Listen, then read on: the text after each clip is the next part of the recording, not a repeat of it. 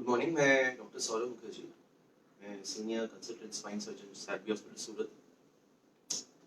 आज हमें जैसे पता है हमारे लॉकडाउन के हम चौथे फेज में हैं और इस महामारी से हम लोग जूझ रहे हैं, घरों में रह रहे हैं और लॉकडाउन का कई असर हुआ है हमारे। मैं आज स्पेशली आपको मैं स्पाइन सर्जन हूँ, तो मैं स्पाइन के जो रिलेटेड प्रॉब्लम्स हैं जो लॉकडाउन के दौरान जो स्पेसिफिकली हमें होती हैं या जिनसे हमें तकलीफ ज़्यादा हो रही है, उसे कैसे बचना है और उसका निवारण कैसे हो सकता है, उसके बारे में मैं बात करूँगा।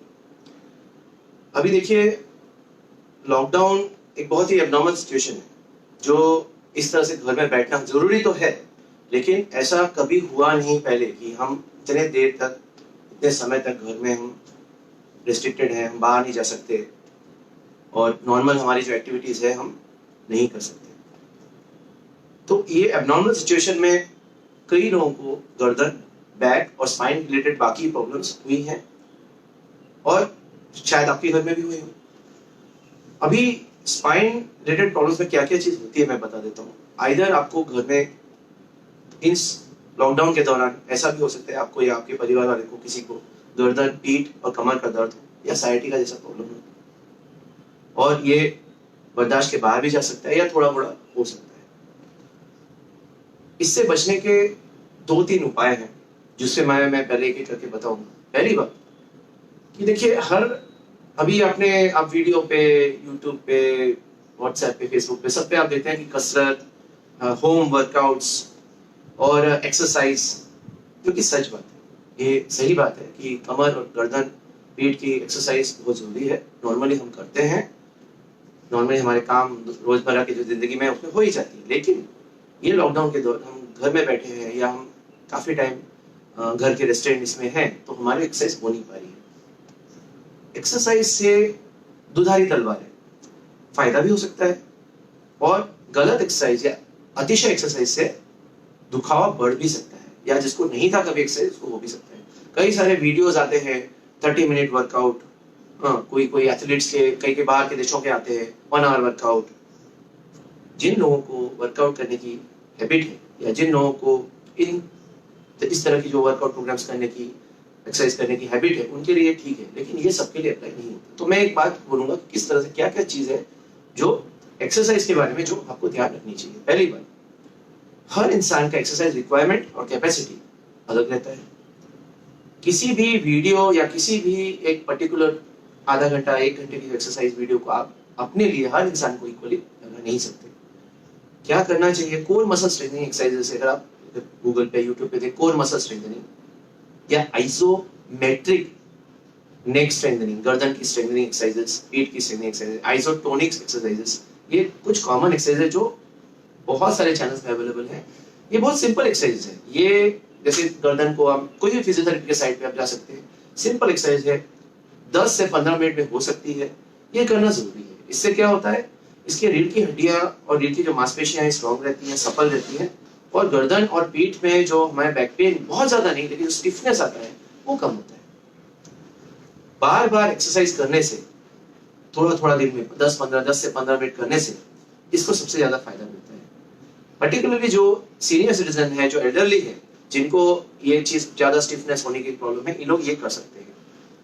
प्रोलॉन्ग्ड वर्कआउट 1-1 घंटे से ज्यादा, जिन लोगों को खासकर इसकी आदत नहीं है, उनसे इन्हें दुखावा हो सकता है। जिन लोगों को कमर का या पीठ का पहले से ही तकलीफ है, मान लीजिए कि आपको बैक पेन की प्रॉब्लम है, स्लिप डिस्क का प्रॉब्लम है या आपको स्पॉन्डिलाइसिस है, तो उनको हर एक्सरसाइज नहीं करनी चाहिए। जैसे झुक के, आगे झुक के जो उठ के काम, बेंडिंग जिसको हम बोलते हैं, एक्सरसाइज है।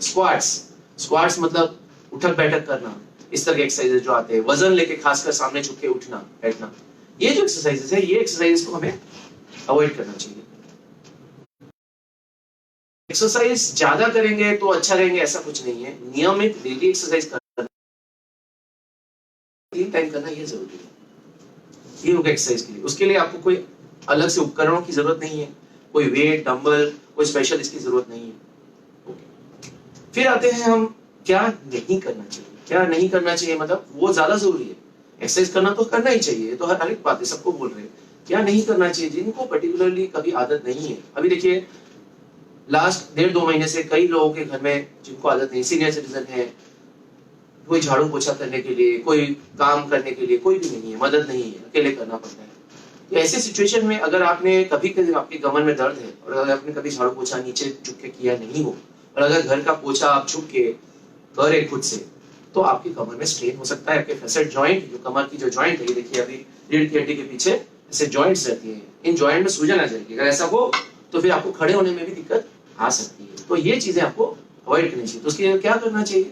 देखिए, आपके घर का जो सिचुएशन है वो आप जानते हैं, मैं नहीं कह सकता, लेकिन आप अपनी जो दिनचर्या की जो आपकी जो काम है उसको इस तरह मॉडिफाई कर सकते। जैसे अगर आपको पोछा लगाना है तो आपको जो स्टिक के साथ पोछा आता है उसको लगाना है। झाड़ू की जो लेंथ है अगर वो छोटा पड़ रहा है तो उसमें कुछ डंडा लगा के वो करना आपको ही है, क्योंकि कमर और गर्दन आपका है, खुद का है, और दर्द होगा तो आपको ही तकलीफ होगी। तीसरी बात, किसी किसी की गादी वीक हो जाती है। गादी मतलब किसको बोलते हैं? ये जो रीढ़ की हड्डी के बीच में दो डिस्क जैसा रहता है, उसको मैं गादी बोल रहा हूँ। तो ये जो गादी है कभी किसी से वीक रहती है।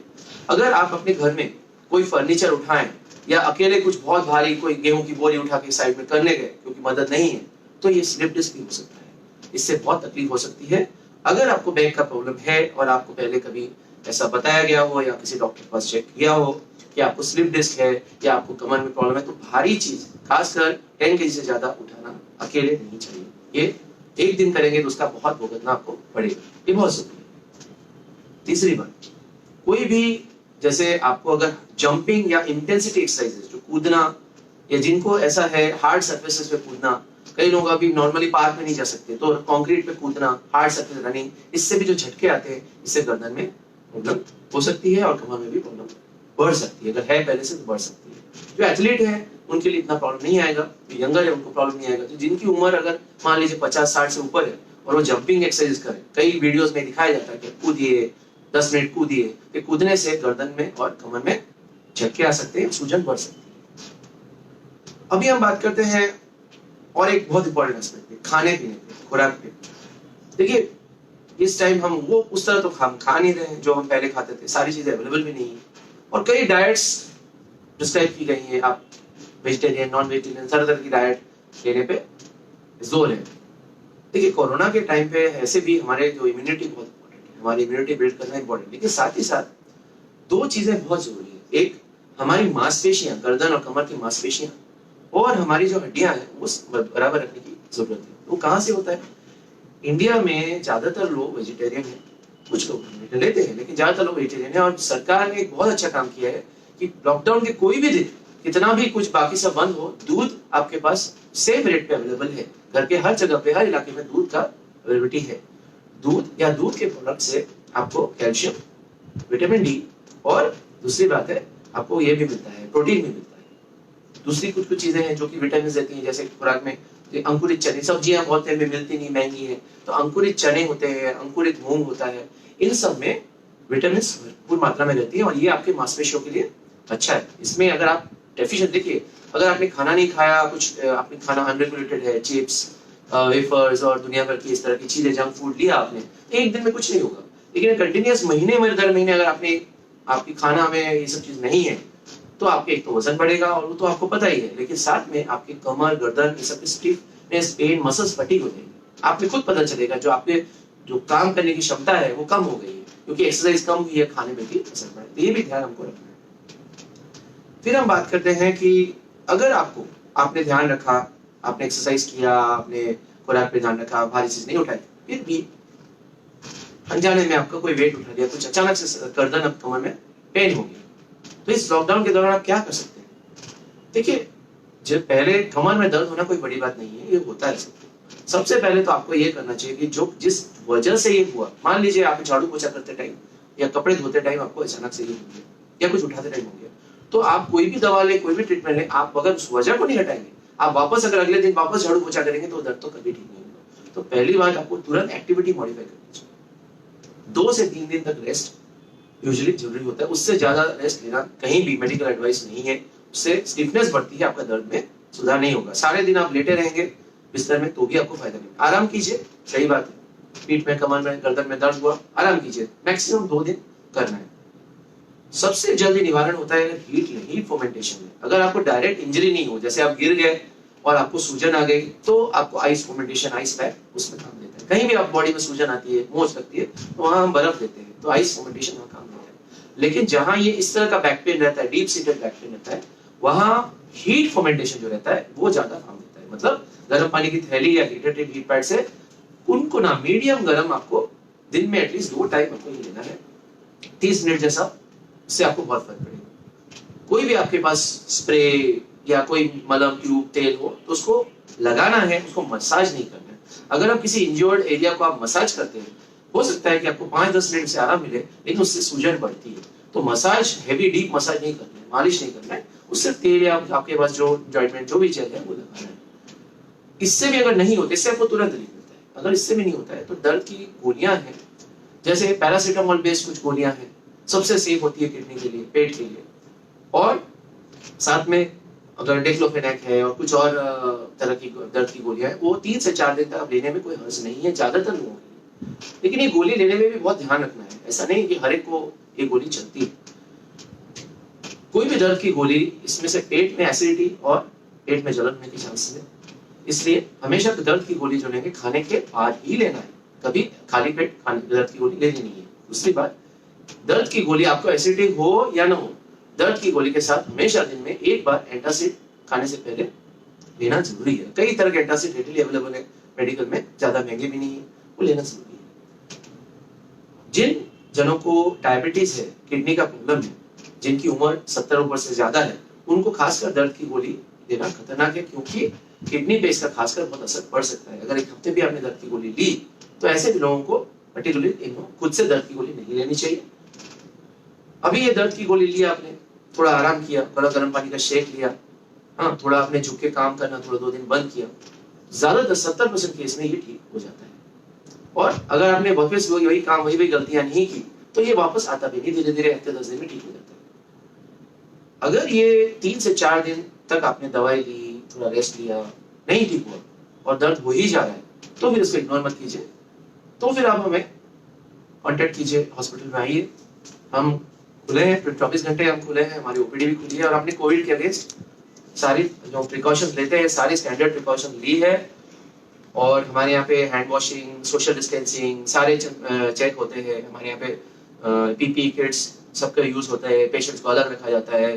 कोई भी हमें कोविड पेशेंट सस्पेक्टेड हो तो उसकी टेस्टिंग होकर हम लोग अंदर उनको लेते नहीं, हमारा नॉन कोविड हॉस्पिटल है, तो इसके हिसाब से आपको टेंशन लेने की जरूरत नहीं है। जिस तरह आप सब्जी खेने के लिए जाते हैं जो प्रिकॉशन, वही प्रिकॉशन आपको हमारे हॉस्पिटल में शादी में जो भी प्रॉब्लम हो जाता है। और दर्द का अगर बहुत ज्यादा दर्द है, 3-4 दिन से ज्यादा आपको ठीक नहीं हो रहा है, हम आ सकते हैं, हम आपकी सेवा में उपस्थित है। हमारे यहाँ पे एक नंबर भी हेल्पलाइन में आपको बता देता हूँ, 9512660096। वापस बताता हूँ, 9512660096। ये नंबर पे आप कांटेक्ट कर सकते हैं, आपकी जितनी भी क्वेरीज हैं हम इनको कर सकते हैं। अभी मैं आपको कुछ और चीजें भी बताना चाहता हूँ। देखिए, अगर कौन ऐसी चीजें हैं जिन चीजों से इसके करके मैं शेष करने वाला हूँ। अगर कौन सी चीजें हैं जिसमें अर्जेंटली डॉक्टर के पास जाना चाहिए, एक तो हो अगर ठीक ना हो, इसके बारे में मैंने बोला। दूसरा है कि अगर नस की प्रॉब्लम हो, नस की प्रॉब्लम कैसे पता चलता है?